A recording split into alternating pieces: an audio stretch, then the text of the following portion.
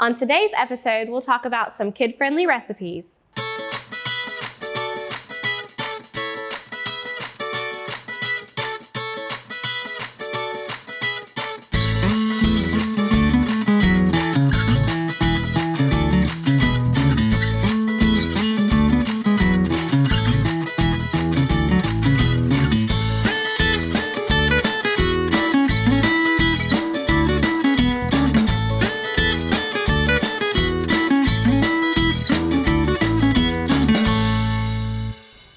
Welcome back to At the Table. Sydney here, and I'm joined again by our lovely guest, Dr. Virginia Stage. And we are gonna keep talking about kiddos today, right? Absolutely, but older kids this time. Yeah, so your specialty. We stick with talking about that child eating behaviors, and this time it's focusing on a little bit older. So what age ranges are we really gonna touch on today? More elementary. So prior to this, we were talking about toddlers, preschoolers, kids that maybe aren't yet in elementary school. So now we've entered elementary school officially. Kindergarten, right before they go to junior high. Perfect. Yeah. I love it. Love that age group too. They're so fun to hang out with. So we have two recipes that we're going to do that are really great, kid-friendly recipes, great for teaching them some skills themselves too, which we'll dive into. And I have made the first recipe multiple times whenever we do our 4-H cooking camps. This is our go-to recipe because it just really helps the kids to practice a lot of these knife skills. So we're gonna make this is a fruit salsa, and then we're also gonna be making ham and pineapple pepperoni, English muffin pepperoni, not pepperoni. Pizzas, thank you. Yeah. So we will, if you want to scoot over, Virginia's gonna work on our pizzas. I'm gonna work on our fruit salsa, which I have already went ahead and started peeling my first apple. We have 2 Granny Smith apples for this one. And this is the part which really helps to involve those kiddos, which is starting to cut up the fruit, peel the fruit. If you are doing peeling and you're involving the kids, typically using a peeler, which I thought I had sat one over here and I think I've misplaced it already. Good eye, good eye. So if you have a kiddo helping, this tends to be a little bit easier for them to use and just, a little bit safer than a paring knife. Big thing with this, if you do have kids helping, just make sure they're keeping those fingers out of the way. Really just helping them to focus on the flesh of the fruit and getting that off. And then, of course, watching them with this. This feels safe, but it's still, they still can get cut with that. So just be careful. Or your other option is for you to go ahead, I still need this, you to go ahead and peel this yourself and then cut it in half and let them chop it up with a lettuce knife. That's what this one's technically called. You can find these on Amazon. They're very affordable. Or you can even just use a plastic knife. Just be a little bit careful with that as well because those can be a little more rigid. Yeah, also. Absolutely. So what are you going to be working on over there, Virginia? So I'm going to be making ham and pineapple pizza muffins. And whereas this recipe with the fruit salad is probably something that you want to be present there, teaching them some of the skills that it's going to require to chop up those fruits. This recipe with ham and pineapple pizza might be something, if you have all the pieces together for them, they can do by themselves. So say they're coming home after school and we're trying to get them to learn how to make healthy snacks. This is a great way to do that. And so we're just going to use something, basically an English muffin, although any type of bread could work in this scenario. So if you have little bagels left over, you could sub that. And what we'll end up doing is building a pizza from all of the components. So if your kid is anything like mine, pizza's a big hit. He would eat pizza every day, all day if he could. We don't allow that. But it would be great for them to come in and be able to build their own pizza. So we've got ham and pineapple and salsa. And we've already pre-toasted these English muffins. And that will help prevent the sauce that we'll put on there from seeping into the bread and making it soggy. So that pre-toasting piece is really important, but you can honestly just have them pop it in the toaster oven. They can learn how to toast bread at this age. They're probably already doing it anyways with waffles or something along the lines. So. Yes, yeah. Perfect. So what are some skills that we really want to focus on? We talked a little bit about eating habits with those little kids and trying to get them to eat healthier. What are do we have different strategies as we get into those elementary aged youth, or is it similar? Is it pretty much the same? It starts to evolve. So last time we talked a lot about picky eating, and usually at this age, particularly if you've continued to expose kids to healthy foods and it's just part of your family's diet, that starts to alleviate a little bit. You don't have quite as much of the picky eating. And so this age becomes more about preparing foods, teaching them how to do things in the kitchen, involving them and actually grocery shopping, preparing their own snacks, helping with dinner. You want them to start to learn those things even as young as 7 years old in first grade, because eventually they're going to have to go off and do these things on their own. And it does take time for that to evolve over the life of your child. Yes, absolutely. So with things, when I was picking out our grains, our English muffins, we primarily eat whole grain in my house, whole wheat. And they didn't have a whole wheat option, so I bought the multi-grain and just looked at the fiber, and that was pretty good. With our kids, is it, we talked about the My Plate before with that age group, with the younger kids. Are we still dealing with a little bit of them not necessarily eating the My Plate? Like it's going to be a little different? It is, but at this moment, they do begin to understand more about healthy eating. So you can start teaching them why those components are important and why we want to include those on a plate. Perfect. Yeah. Love it. Okay, well, we will keep on chopping, keep on working on our stuff, and we'll see you guys back in just 1 second after this break. Most aging adults want to stay in their homes as long as possible. And as your loved ones get older, you want to support them, even when you can't be there. Star is proud to offer Star Alert. This new system is now mobile and has GPS compatibility, so your loved ones can live their lives and you can have peace of mind, knowing they can get the help they need with just the simple push of a button. The new Star Alert also offers automatic fall detection, so help will be alerted even if they can't press the button. Call and ask about Star Alert today. Hey guys, welcome back. So we have, we're chopping up our apples right now. Virginia's working on peeling our kiwi as well. And this is, again, just a lot of chopping with this fruit salsa, but it turns out so good, and it's one that marries even better. So as it's in the refrigerator for a few days, it will just continue to taste better and better. And kind of going back to things for kids and snacks and, trying to help them have access to healthy options, even in your house. Like you think about what foods you have available in your own home. And one thing they always say, if you cut up fruit and you've got it already pre-cut, it's right there. The kids open up the refrigerator and they see it and they end up eating it. Lots of class participants who they're trying to eat healthier and they'll do this for themselves. And then they're like, my kids and my husband just started eating all of the fruit that I chopped up to prep for the week, or vegetables or whatever it might be. It's right there, super accessible. You're changing your environment to make sure there's healthy, easy, accessible foods. Kids don't want to waste the energy to find, they're going for the quick, fast stuff that they like. And that's as simple as it is. They're about taste and flavor. They're not necessarily thinking about the healthfulness of it. But if you're putting like this stuff in the front of them, they're going to go for those things first. There's actually some really cool research that comes out of Cornell. They did it in cafeterias, where all they did in the school cafeterias is put oranges up front, and then they moved sort of the unhealthy a la carte foods around the corner. And they sold more fruit because the kids were not bothering to go around the corner. They just started picking the fruit up. And so they got kids to eat more just by putting it in front of them. Yes.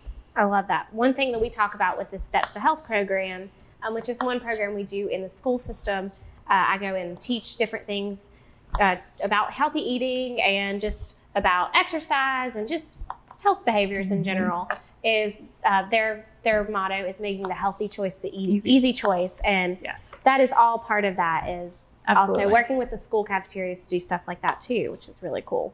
So this salsa would be one. You could make it, on Saturday, Sunday, make it on the weekend, and then for the week, it's right there. They can go ahead and portion it out. They can help you make this on the weekend, ideally. And you see here, I'm using the lettuce knife. I wanted to show you just how easy. And I can still do all of those techniques that I mentioned. So grabbing our knife the appropriate way, and doing our rocking motion. And I mean, this will not cut you. It's not sharp at all. It's very safe. You are good. They are good to use this. So great for strawberries. And of course, summertime is here, and strawberries, fresh fruit, fresh vegetables in general are so accessible right now. So affordably too. So I wanted to bring that up. One other thing that I wanted specifically Virginia to touch on is a lot of things that we think about with trying to teach our kids about the foods they're eating. And I think that can be tough sometimes, is that we want to say, well, this is not good for you, and this is good for you. And even if you're an adult and you're a parent and you're trying to kind of watch, maybe you're trying to choose healthier choices for yourself, and you're trying to explain to your child why you're doing that. Like, well, mommy needs to lose weight. That's not really good to say in front of our kiddos, right? Not really. This is the age, well, honestly, we see it starting as young as 4 and 5, but this is really the age where kids get to be really vulnerable around their weight. And so we do want to be careful with how we're talking about foods, how we're talking about our own bodies, because that will teach our children how to talk about foods, how to talk about it in relation to their own body. So we really want to build self-confidence around choosing healthy foods for our body, but it's about fueling our body, what makes us feel good, what gives us energy, and not because it's going to make us weigh less or look different. We really want to create those positive messages. And they're looking to you. How do you talk about your weight? How do you talk about your body? Yes. So keep the messages positive. And I just want to throw in, that's for all adults. So it's not even necessarily thinking about it, you and your children. If you are speaking in front of any group of kiddos, if you're a teacher, if you're, healthcare providers may kind of talk about some of that, but a dentist, just really anybody who's going to be interacting with children, if you're talking about foods in that way in front of them, or your body image in front of them, it starts to bring that awareness to them that, oh, people aren't comfortable with their body and people are using food, and why is that, right? It starts to kind of put this tie in the kid's brain of all of that stuff. We don't really want to do that. No. So what is a better way to talk? You mentioned like saying how it fuels you. So it kind of focusing on that. Is that really our goal, is talking about, I eat strawberries because they taste good, they make me feel good. Yeah. They give me energy. It's a lot more about helping them think about how their body's feeling around eating those foods. Just like when we want to encourage them to think about whether or not they're full or not. Is your tummy full? Are you done eating that? Regulating their intake. It's the same thing here. Why are we making these choices? Why would I want to eat fruit over the candy bar? It's all about kind of what food does for your body. Yeah. Love it. So much for us to even just be aware of ourselves, I feel like, even not just in front of our children. But all right, great. So we are going to continue with our salsa, probably start finishing that up in this next segment after this commercial break. We'll see you back in just a second. Eastern North Carolina is a beautiful place where we gladly choose to call home, and we strive to provide the best communications services. STAR is committed to improving communications to all our service areas because we want to improve the communities where we not only work, but also live. STAR Communications. We are neighbors serving neighbors. Hey guys, welcome back. So Virginia's working on the last bit of our strawberries. We did use a whole pound of strawberries. So that's just one container of strawberries. So they do take a little while to cut. Again, a reason why it'd be great to involve your kiddos to get chopping with these. One thing I did want to bring up, another skill, if they're not quite the age to use a peeler or a knife, you can use, I'm going to steal one of these, a spoon to actually cap your strawberries. So this is a great skill for especially those littler kids, like if they're 5 years old or around that age. Really, even when in my classes, I do like 5 to 8 because I don't quite know the skill set they have before they come to me. They can use this spoon. You can also use a spoon to peel that kiwi. So spoons are a great tool to use, and a lot of the times we all have a spoon, right? We might not have a peeler, we might not have some of these other utensils, but you got a spoon. So I did want to bring that up as something you can do to involve them. So what I'm going to do next is work on our tortilla chips. So this is just regular flour tortillas. You could buy the whole grain here too, if that's what your family enjoys. And we are just going to cut these. I kind of stack them all up and cut them into triangles, kind of like a pizza. And then what we do, I kind of spread them out once I get them cut into my little triangles. And I'm going to spray them with some cooking spray. And then we're going to add a little bit of cinnamon sugar to these. Now, I have a pre-made like cinnamon sugar blend here. You can make your own by just doing a little bit of sugar and add some cinnamon to it, about like 1/3 of a cup of sugar and about a teaspoon or so of cinnamon. So you can make this your own. It's just, we already had it here. I wasn't going to make some special for that. So I'm just going to spray a little cooking spray. That helps it to stick, and then of course helps them to crisp up. And again, these are all things the kiddos can do. Once you get it cut up, your kids can start to do this part. They would probably love this part. Sprinkling, anything involving sprinkling, mixing with a spoon. You think of other things that are really good for this age. They can start plating.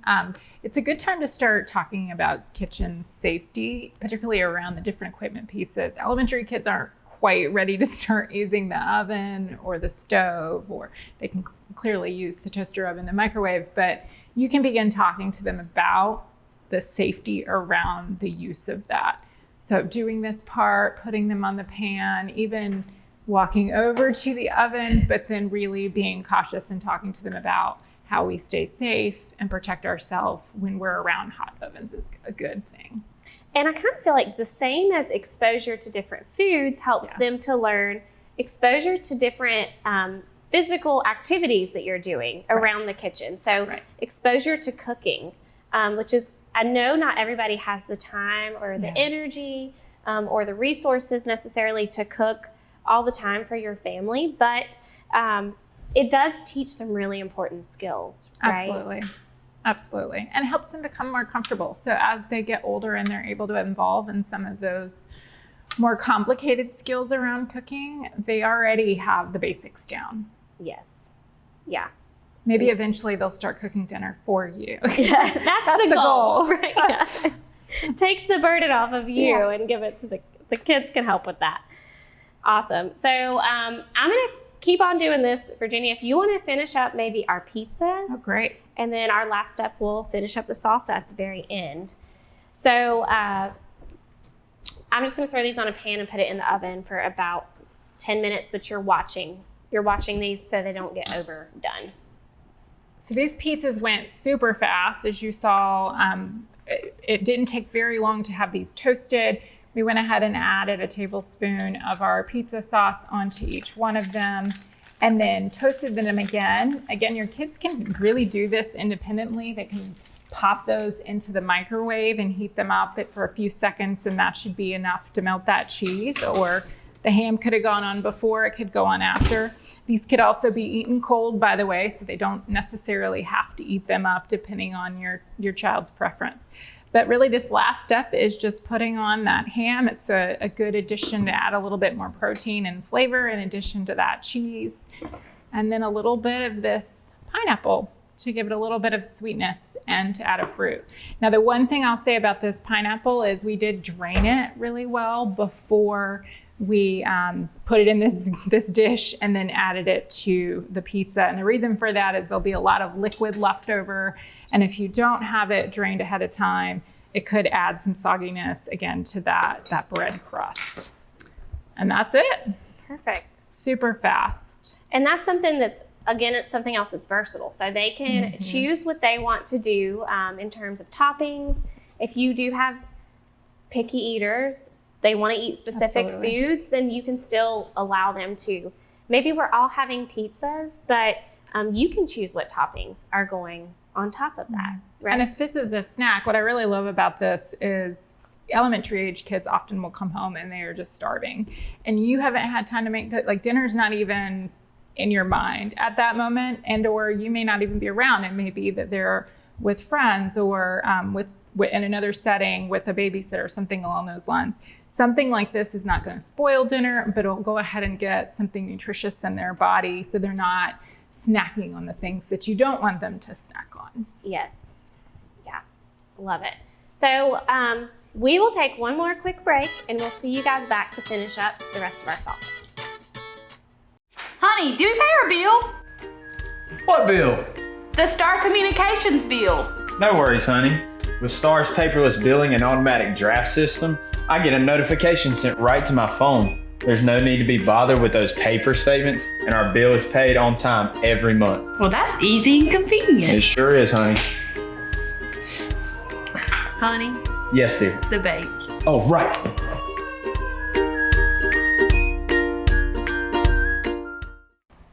Okay, pizzas are done. Our tortilla chips are in the oven. They should be out any second. Last couple things is just to finish up our salsa. So very simple here. All we're going to be adding is a little bit of lemon juice. And lemon juice helps to, we put apples in there. So it's going to change color. It also just helps to give it a good flavor. Yeah. I feel like a good tanginess. So I think it's just 1 tablespoon of lemon juice, and then we're going to add 4 tablespoons of preserves. And really anything here, I just buy the sugar-free because that's what my family enjoys. But I know we're still concerned about sugar, of course, but what about sugar-free versus the regular? Does it really matter with the kiddos? I'm not too worried about that. They're going to get sugar in their diet. You're not going to be able to It's prevent impossible. that. It really is. It's everywhere you turn. It's almost in every food if you check all the labels. Right. So I really wouldn't be too concerned about that. If you can reduce the amount here and there, it's helpful, but it's going to sneak in. I wouldn't stress out too much about it, particularly at this point in life. Yes, Yeah. gotcha. And I do feel like this recipe in general, the preserves are not a necessity. You could totally skip those altogether if you want. I like it to give a little extra something to the salsa. It does actually add a good extra flavor. And you can use any preserves. I just picked strawberry because that's what we eat at my house and that's what we had, but you could choose anything. So I guess one last thing to kind of touch on again, what about, that division of responsibility was so important to mention last time. Is it still apply with this age group too? Elementary kids. It applies all the way until your kids are 18. So from the moment they're born, honestly, all the way up, what happens is it evolves. So when we're talking about young children, we talked about making sure that we, as the parent, as the guardian, we know what, when, and where the eating is happening. For the child, they still do how much they're going to eat and whether or not they eat at all. But what evolves here is we want them to start taking responsibility over their diet because they're not with us all the time. And so we're giving them the nutrition education, we're feeding them the good foods, but we really have to talk more about why we fuel our bodies in this way and why these choices are helpful. They're not going to be perfect and make the right choices every time. That's not the goal. But the goal is to give them the skill sets and the confidence that when they are out by themselves and they're able to make those choices, that they can. Yeah. And eventually they will. Right. But again, it's a marathon. It is not a race. And we think about that even as adults. You know, we don't make the perfect choice all the time. Right. That's actually a really interesting point, which is a lot of times we think of kids and we don't always think of them as being independent in their own person. Yeah. When we think about ourselves, we don't always want to eat broccoli. Right. I do not want broccoli every day. Yeah. I may not even feel like a fruit salad every day. And so we have to recognize that kids are going to feel the same way too, and that has to be okay. Otherwise, they feel that pressure, and that's going to make them not want to eat healthy.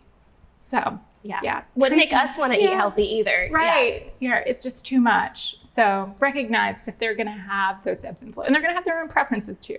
There's going to be foods that you try to expose them to over and over again, and they're just not going to like it. Yeah. And you have that too, right? Oh, Mine's absolutely. tomatoes. Like, so we all have those foods, and it's okay. Yes. And I mean, we talk about that a lot too, I think, in our workshops that we do, even just for adults. And I talk about it with the kids too. Exposure, continuing to try those foods, even if you're not sure if you like it. I feel like is important too. And I talk about myself in terms of I ate nothing but chicken tenders and French fries. I was one of those when I was little. And in particular, a vegetable, Brussels sprouts, is something, it took me forever. And then one day I tasted them again because I kept trying them. And it was at a conference, it was at an extension conference. And I was like, wow, these are really good. Can't believe I've been missing out on these my whole life. And it just clicked all of a sudden, you know? So telling them that we do the same thing. You know, there are things we don't like, but we also want to keep trying because you never know. Keep trying because you never know. You can open the door. Lots of different ways we can make foods and integrate fruits and vegetables into things. So it might be they just haven't found that flavor yet that they like. Yes, love it. So that's all we've got for today. I feel like I've learned so much from Virginia, and I hope you have too. She is one of our specialists. So if you have specific questions, I can reach out to her. She can give me advice. She can speak to you specifically to you. And she is a resource to us here in the state of North Carolina, not just here in Sampson, or if you're watching from Bladen. So if you need anything, reach out to myself or Dr. Stage. And I hope you guys enjoyed our show today on At the Table.